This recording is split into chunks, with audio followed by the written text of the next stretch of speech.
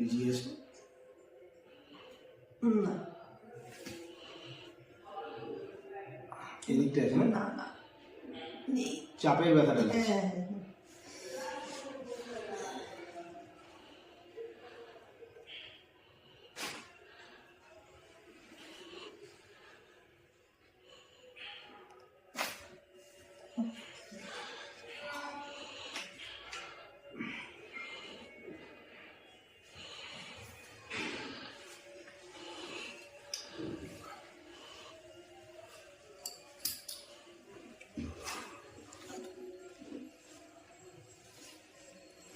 মাথা সোজা